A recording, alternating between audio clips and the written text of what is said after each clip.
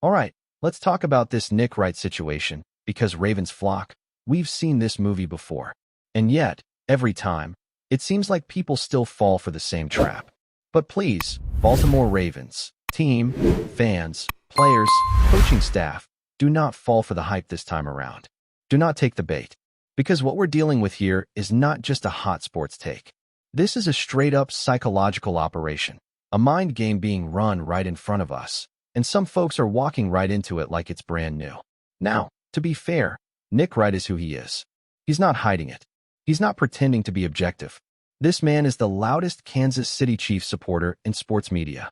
Patrick Mahomes could throw 3 picks and trip over his own feet, and Nick would still find a way to tell you that was actually part of some brilliant plan. And hey, look, love your team, ride for your quarterback, there's nothing wrong with that. But when it comes to the Ravens, when it comes to Lamar Jackson, the tone switches up, dramatically, consistently. Nick Wright has made a habit of ignoring Lamar's greatness, downplaying his accomplishments, and outright trolling Ravens fans. He knows what he's doing, and honestly, he's pretty good at it. He'll drop a comment, a list, a ranking, and boom, Ravens Twitter explodes. You've got fans quote tweeting, responding with stats, receipts, highlights, MVP votes, all of it. And he knows. He knows the Ravens fan base is passionate. He knows we pay attention. And most importantly, he knows that the team pays attention.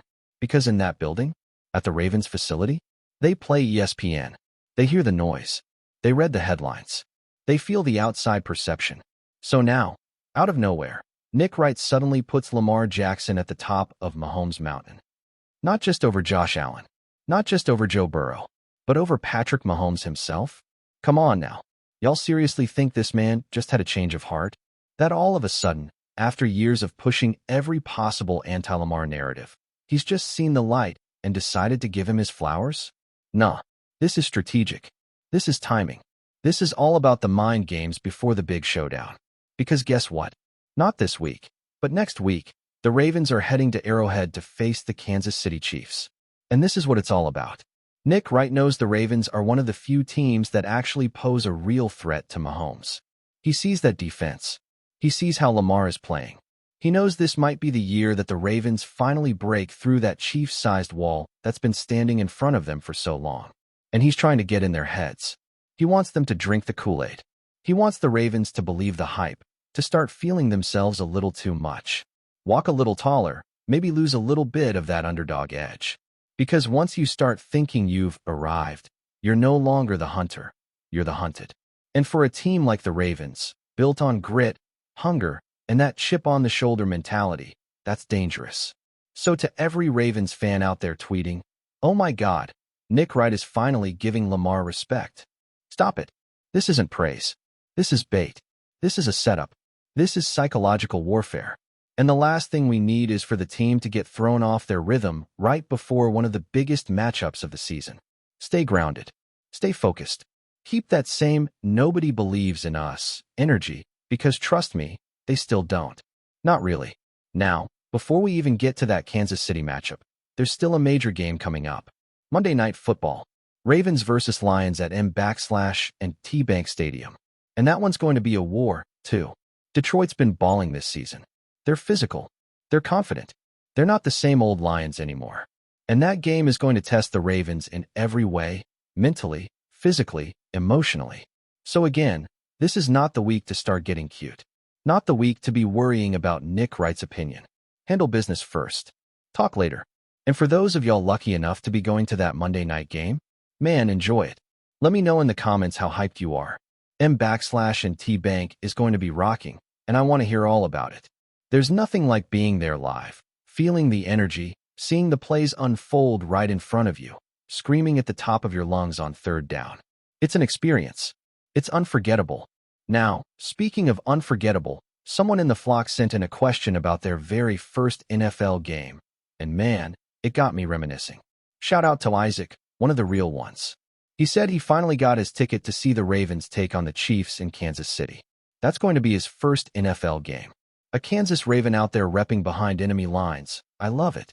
And look, we're all hoping for a big win in that game.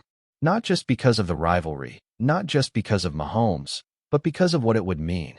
To go into that stadium and take down that team, that would send a message to the whole league. Isaac also asked me about my first NFL game, and man, that took me back. I can't even remember the final score or all the stats, but I do remember Ray Lewis. I remember him coming out of the tunnel, full of fire. That pregame energy? Unreal. Third down came, and the whole stadium would turn to the screen. There's Ray, eyes wide, tongue out, hyping everybody up. You could feel his presence. You could see how the team fed off of him, how the fans fed off of him. That's leadership. That's greatness. That's what it means to be the face of a franchise. And when you're there, in that stadium, living it with thousands of other fans, it hits different. It's unforgettable. You don't forget that feeling. And speaking of faces of the franchise, another question came in asking if Lamar Jackson is not just the face of the Ravens, but the face of Baltimore. That's a heavy question, and it's one worth thinking about. Because Lamar means a lot to this city. He's not just a great player. He's a movement. He's electrifying. He brings people together. He makes Sundays in Baltimore feel different. When Lamar is on the field, the whole vibe shifts. The city rallies around him. But at the same time, Ray Lewis is still Ray Lewis. He's a legend. 2 Super Bowls. One of the first draft picks in franchise history. His shadow still looms large over everything this team does. But Lamar? He's right there now. 1 championship, and the conversation shifts even more. Because Lamar's impact, not just as a player, but as a person, is massive. He's got love for the city. The city's got love for him. And together, it's something special. All right, let's keep this rolling because there's still so much to unpack, not just about the mind games and media narratives, but also about the Ravens themselves. What they're building, what's working, what's still frustrating, and how the pieces are coming together, or in some cases, still not fully syncing up. One question that keeps popping up again and again from fans is this. Why can't our offense and defense both show up at the same time? Why does it always feel like when one side is cooking, the other side is taking the week off? And honestly, it's a fair question. Because if we're being real, the Ravens do have the talent on both sides of the ball to dominate. When the offense is humming, Lamar looks unstoppable. The run game opens up, receivers are getting separation, and the O-line gives Lamar enough time to be surgical or magical, depending on what the play calls for. But then you turn to the defense, and some weeks, they're just lights out. Pressure up front, tight coverage, turnovers, swarming to the ball, just absolutely smothering opposing offenses. But then there are those other games, you know the ones, where it feels like one side shows up and the other just kind of goes through the motions. And that inconsistency, it's frustrating. Because we've seen the ceiling. We've seen what this team looks like when it all clicks. Remember that blowout against the Browns? Everything was clicking. The offense had rhythm. The defense was relentless. That's the version of the Ravens that looks like a Super Bowl team. But then there are games where one side has to carry the load, and you're left wondering what could have been if both units had brought the same energy. But that's the NFL, right? That's the beauty and the pain of it. Every game is a battle. Every opponent is coming in with a game plan, trying to expose your weaknesses, trying to take away your strengths. So even though on paper it might seem like the Ravens should dominate week in and week out, you still got to play the games. You still got to show up and execute. And that's why consistency is the most valuable currency in this league. Talent gets you hype. Consistency gets you wins. One of the guys that's starting to show some consistency is TZ Walker. A few weeks ago, someone asked if he could be that red zone and goal line threat, and now we're seeing why that question was so spot on. They gave him a chance, and he made the most of it. That's what the Ravens need more of, guys stepping up when they get the opportunity. It can't all fall on Lamar's shoulders. It's got to be a full team effort, especially as we get deeper into the season and the schedule starts tightening up. Now, switching gears for a moment, let's talk about something that's been circling around, Christian Wilkins. There's been some chatter about him and the Ravens possibly being a fit. And look, it's a fascinating what if. Because if the Ravens were to pull off a move like that and bolster that defensive front with a guy like Wilkins, alongside someone like Justin Matabike, that's a nightmare for opposing offenses. You're talking about building a wall up front that not only clogs running lanes, but also opens up the edges for the pass rushers to go hunting. And when that front four is doing work, it makes the job so much easier for the secondary. They can sit back in coverage, play tighter, trust that the pressure's coming. That's when the defense becomes elite. Now, will it happen? Probably not. These types of moves rarely do. But could it happen? Absolutely. Because the Ravens have always been a team that values the front seven, that builds through the trenches, and that knows how to absorb a little noise if it means getting better on the field. And that's the key here. Whatever happened with Wilkins in the past, if the organization does their homework and feels like it's not a current issue, they've shown time and again that they'll bet on talent and trust their culture to handle the rest. So while it might not be likely, it's definitely not impossible. And if it did happen, man, that defense would go from really good to absolutely scary. But back to the now, because right now, what this team needs is focus. The media noise? That'll always be there. Whether it's Nick Wright trying to mess with your head or analysts switching up their rankings every week, that's all background static. What matters is what's happening inside that building. The game plans, the practices, the preparation. Because we've all seen what happens when this team plays with fire. When they've got that chip on their shoulder, that's when they're dangerous. That's when they punch first, and then keep punching until there's no doubt left. And that's why this stretch coming up is so crucial. Lions, Chiefs, division games still looming. This is where the Ravens can make their statement or lose their grip. And it all comes down to execution. Can the defense maintain that intensity? Can the offense find consistency, not just big plays here and there, but sustained drives, situational football, scoring in the red zone, limiting turnovers? Those are the little things that add up and decide games when you're playing contenders. Also, we got to give credit to Lamar again here, because despite the ups and downs around him, he continues to be the heartbeat of this team.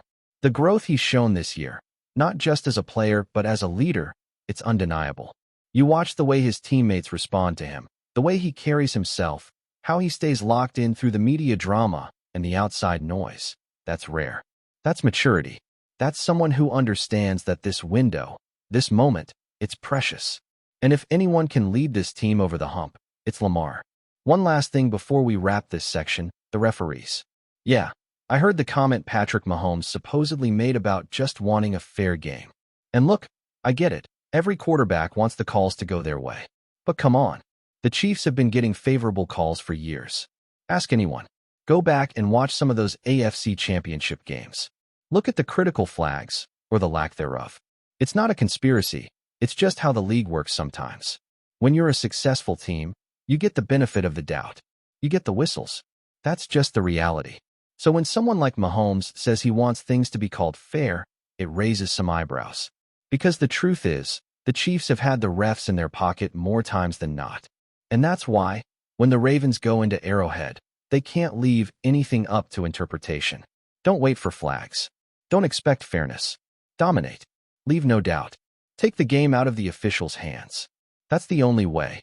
Before we dive in, don't forget to hit that subscribe button and give this video a thumbs up. Your support keeps us bringing you the latest news on the Baltimore Ravens. And hey, drop your take in the comments below. We want to hear from the flock. Rumors are swirling around the Baltimore Ravens as tensions reportedly boiled over in the team's locker room this week. Sources close to the organization claim that RASHEEN and star quarterback Lamar Jackson were involved in a heated argument, an altercation that has apparently prompted the team to take drastic measures. While the details remain murky, insiders suggest that what began as a disagreement over play execution escalated into a confrontation serious enough to warrant both players being temporarily removed from team activities. The Ravens have not yet issued an official statement regarding the incident, fueling speculation among fans and sports analysts alike. Some insiders hint that the clash may have stemmed from growing frustrations within the locker room, where pressure to perform at a high level has been mounting.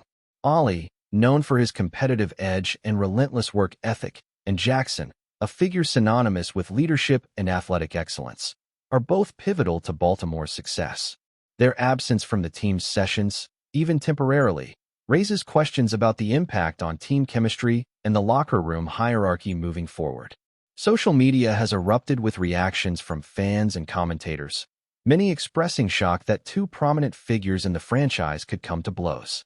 The timing, ahead of critical games in the season, adds another layer of drama to an already tense atmosphere. Some analysts speculate that the dispute could be a sign of deeper issues within the team's culture, while others suggest it may be an isolated incident, blown out of proportion by the media frenzy. Meanwhile, Teammates have been reportedly instructed to focus on practice and avoid commenting publicly, but whispers of the confrontation continue to circulate. The Ravens front office faces a delicate balancing act, addressing disciplinary concerns without destabilizing a roster that has championship aspirations. Fans are left to wonder whether this is a temporary shakeup meant to reset dynamics in the locker room, or the beginning of a more significant rift that could alter the team's trajectory this season. As the story develops, all eyes remain on Baltimore, with speculation intensifying around how long Ollie and Jackson might be sidelined and whether reconciliation is possible. In a sport where teamwork is as crucial as individual talent, this unexpected clash underscores the pressures of professional football, where even the most talented athletes can find themselves at odds. The Ravens' next steps will likely determine not only the immediate future of these players, but also the overall mood and cohesion of a team striving for excellence under intense scrutiny. That's it for this update. If you enjoyed the video and want to stay in the loop with exclusive news on our Baltimore Ravens, make sure to subscribe and hit that like button. We'd love to hear what the flock thinks. Drop your thoughts in the comments. See you in the next one.